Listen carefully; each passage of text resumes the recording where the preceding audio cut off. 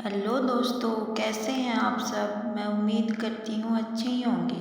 तो चलिए हम अपनी कहानी के पार्ट 2 की शुरुआत करते हैं। आप मुझे कमेंट करके बता सकते हैं कि आपको ये प्यार की कहानी कैसी लग रही है। शीतल रसोई में चली गई और सारांश चुनमुन से बातें करने लगा। तब तक शीतल फ्रूट जूस लेकर आ गई। सारांश ने शाम को बाजार जाने का कार्यक्रम बना लिया। शीतल को भी बाजार में कुछ काम था। पहले तो वह साथ में जाने में थोड़ी झिझक रही थी, पर सारांश के आग्रह को वह टाल न सकी।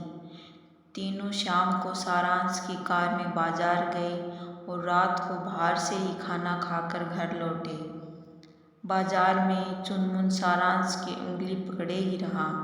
सारांश भी कई दिनों से अकेलेपन से जूझ रहा था, इसलिए उसे भी उन लोगों के साथ एक अपनत्व का एहसास हो रहा था। शीतल के चेहरे पर आई चमक को सारांश साफ साफ देख पा रहा था। वह खुश था कि पड़ोसी एक दूसरे के साथ किस प्रकार एक परिवार की तरह रह रहे हैं।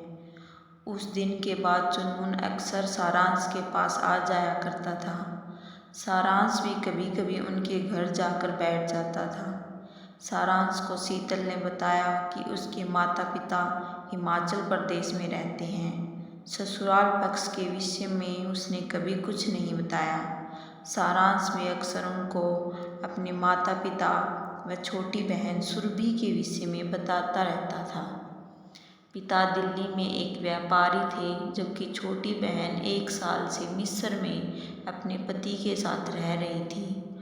उस दिन सारांश ऑफिस में बाहर से आए कुछ व्यक्तियों के साथ व्यस्त था। एक महत्वपूर्ण बैठक चल रही थी। उसके फ़ोन पर बार बार चुनमुन का फ़ोन आ रहा था। सारांश ने 3-4 बार फ़ोन काट दिया, पर चुनमुन लगातार फ़ोन किए जा रहा था। बैठक के बीच में ही बाहर जाकर सारांश ने उससे बात की। चुनमुन को तेज बुखार था। शीतल ने डॉक्टर को दिखाकर दवाई दिलवा दी थी और लगातार उसके पास ही बैठी थी, पर चुनमुन तो जैसे सारांश को ही अपनी पीड़ा बताना चाहता था। सारांश के दुलार से मिला अपनापन वह अपने नन्हे से मन में थाम कर रखना चाहता था। सारांश ने बैठक में जाकर सबसे क्षमा मांगी और अपने स्थान पर किसी दूसरे व्यक्ति को बैठाकर ऑफिस से सीधा चुनमुन के पास आ गया।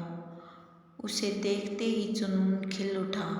शीतल भी मन ही मन राहत महसूस कर रही थी।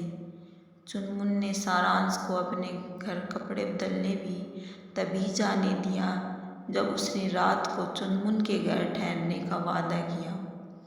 शीतल के आग्रह पर सारांश रात का खाना उनके साथ ही खाने को तैयार हो गया। तेज बुखार के कारण चुनमुन की नींद बार बार खुल रही थी, इसलिए शीतल और सारांश उसके ही पास बैठे थे। अपनेपन की एक डोर दोनों को बांध रही थी। अपने जीवन के पिछले दिनों दोनों एक दूसरे के साथ साझा कर रहे थे। सारांश का जीवन तो कमोबेश सामान्य ही बीता था, पर शीतल एक भयंकर तूफान से गुजर चुकी थी। शीतल के जीवन का ये भयंकर तूफान क्या था? क्या ये सुनने के बाद सारांश उसका साथ छोड़ देगा? ये सब जानने के लिए आप मेरे चैनल को सब्सक्राइब करिए। हम जल्द ही इस कहानी के अगले पार्ट के साथ आपसे मिलते हैं। आपको ये कहानी कैसी लग रही है हमें कमेंट करके ज़रूर बताएं। और हाँ, आप हमें ये भी बता सकते हैं कि इस कहानी में आगे क्या हो सकता है। सोचिए। तब तक आपसे जल्द ही मिलते हैं। Bye bye.